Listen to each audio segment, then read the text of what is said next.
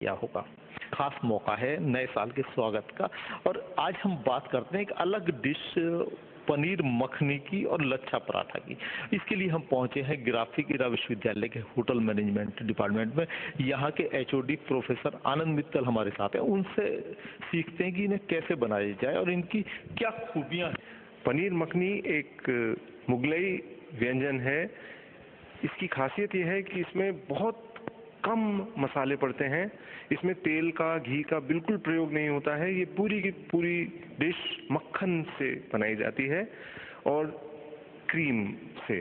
तो ये सर्दियों के हिसाब से बहुत रिच है। इसके लिए हमें चाहिए 1 किलो टमाटर के लिए 200 ग्राम प्याज, मक्खन और मसालों में खड़े साबुत मसाले, हरी इलायची, तेजपत्ता, दालचीनी, लौंग और पिसे हुए मसालों में सिर्फ लाल मिर्च और नमक। कुछ लोग इसमें अदरक लहसुन का प्रयोग भी पसंद करते हैं, लेकिन वो आवश्यक नहीं है। इन्हें किस तरह बनाया जाना है? इसको बनाने के लिए हम टमाटर, अगर छोटे टमाटर हैं तो उसके 4 टुकड़े और अगर बड़े टमाटर हैं तो उसके 8 टुकड़े करके और प्याज को बारीक बारीक काट के तेज पत्ता, लौंग, दालचीनी के साथ बहुत थोड़ा सा पानी डाल के उबाल लेते हैं जब तक कि वो सब नरम ना हो जाए। जब नरम हो जाते हैं तो उन्हें हम मिक्सी में पीस लेते हैं और फिर छान के वापस पतीले में डाल के 1 किलो टमाटर में आधा किलो मक्खन के अनुपात से मक्खन डाल के और उसे बहुत धीमी आंच पे बहुत देर तक पकाते हैं, जब तक कि पकाते पकाते पकाते उसका मक्खन अलग ना हो जाए। धीमी आंच पे पकाने का अर्थ यह है कि टमाटर के छिलके, टमाटर के बीज जो कि बहुत समय लेते हैं पकने में, वो धीमी आंच पे धीरे धीरे मक्खन की मदद से पक जाएं। जब मक्खन अलग हो जाता है ग्रेवी से, तब हम इस ग्रेवी को छान के या बिना छाने इसमें हम पानी डाल के इसको ग्रेवी के जैसा बना लेते हैं। और जब ये अच्छे से उबल जाता है तब इसमें हम पनीर डालते हैं और फिनिशिंग करते हैं क्रीम के साथ। क्रीम डबल क्रीम यूज करनी चाहिए जिसमें कि 40% से अधिक फैट हो, गाढ़ी। लच्छा पराठा के लिए बहुत आवश्यक है कि पराठे के अंदर परतें पैदा करी जाए।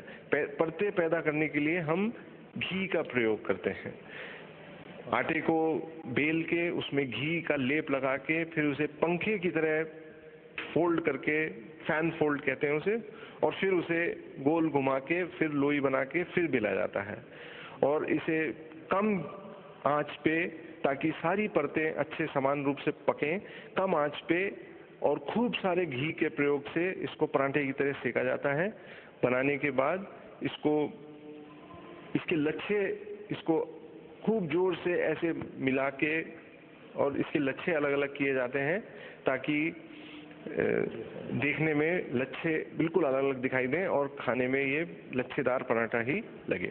इसे पनीर मखनी इसलिए कहा जाता है क्योंकि इसमें मक्खन का प्रयोग बहुत ही बहुतायत में किया जाता है और इसे खाने के समय जो खुशबू आती है वो मुख्यतः मक्खन की होती है, लेकिन हल्की हल्की खुशबू इलायची, लौंग और दालचीनी की होती है।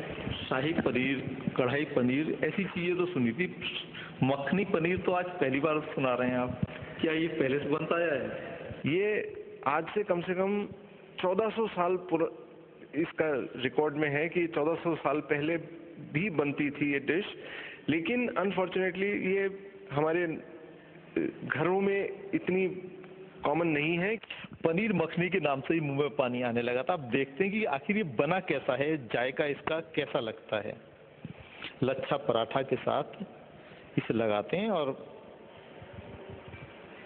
देखते हैं कि ये जैसा दिखने में खूबसूरत है, खाने में भी वैसा है या नहीं। नए साल के जश्न में यकीनन ये 4 चांद लगा सकता है। यकीनन इसका जायका शाही पनीर और कढ़ाई पनीर के मुकाबले कहीं अलग है, कहीं उम्दा है और कहीं ज्यादा यादगार है। बहरहाल आगाज से बात करने के लिए आपका बहुत बहुत धन्यवाद। महिला दर्शकों की मांग पर खास तौर से ये शुरुआत की गई और उम्मीद है कि आप नए साल के जश्न में इसे भी शामिल करेंगे। देहरादून से आगाज के लिए सुभाष गुप्ता।